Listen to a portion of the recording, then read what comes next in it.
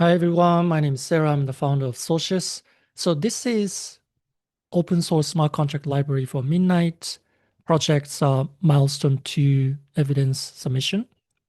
So just to um, have an overview of the acceptance criteria and evidence milestone completion, we are going to submit uh, two things. So one is a GitHub repository URL containing the open source dispute resolution smart contracts.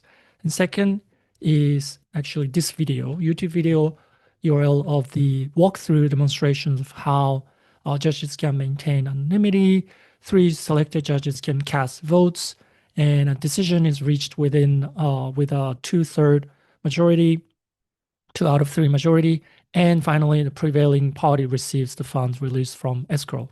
So I'm going to first share the code. So this is it. This is the repository, and if you go to this file, escrow.compact file, you will see a relevant code. And so as you can see, you have 3 voters, and if there are more than two, then you can authorize to release or refund. Release meaning going to the contributor.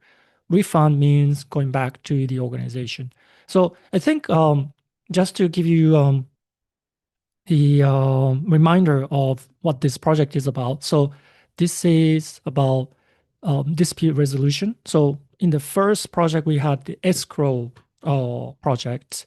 And the second is this is the dispute resolution. So I'll give you a specific example of company A. So company A wants to hire freelancer B for a software engineering project. So let's say they have this coding project, and company A hires freelancer B, and so company A puts funds into escrow.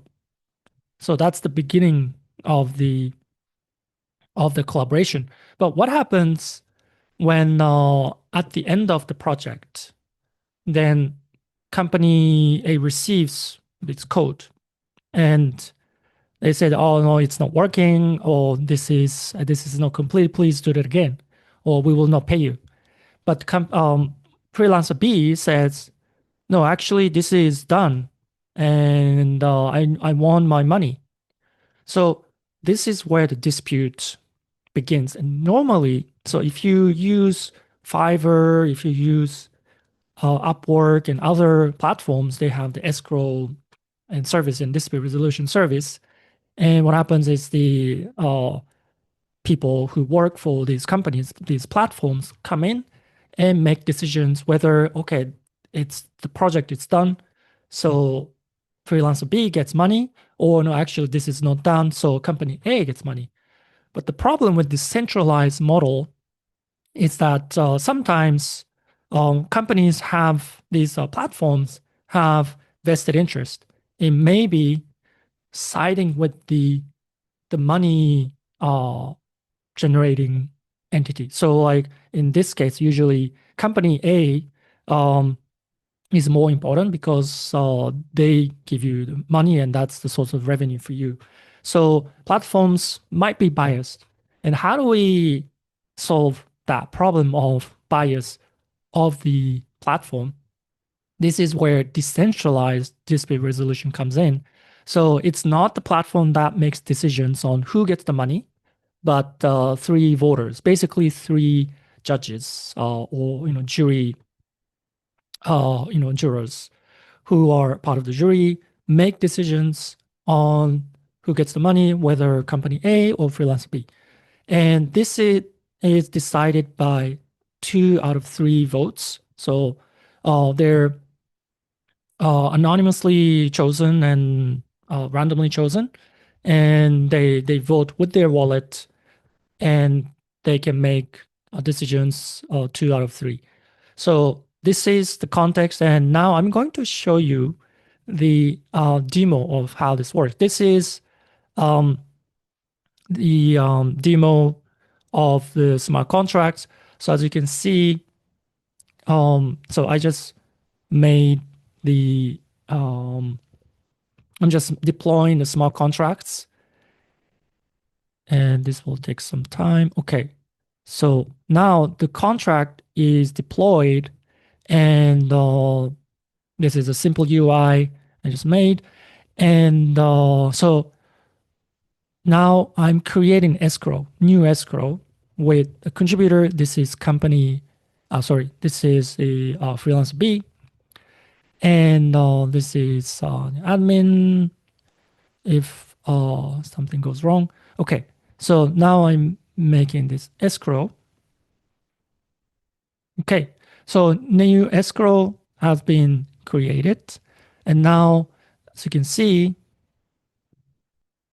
now there's 10. So the project is for 10 dust. Okay, now, so there was dispute. So now there are three voters randomly chosen. So and they remain anonymous. So they only reveal their wallet address if they want to. And so this is the first vote.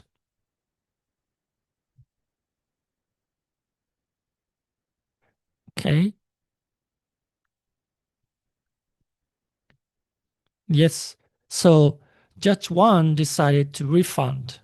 Refund meaning the project is not done, so let's refund company A. And Judge Two, but at the moment there are only one judge out of three, so it's not possible to make that decision yet. But we'll take some time.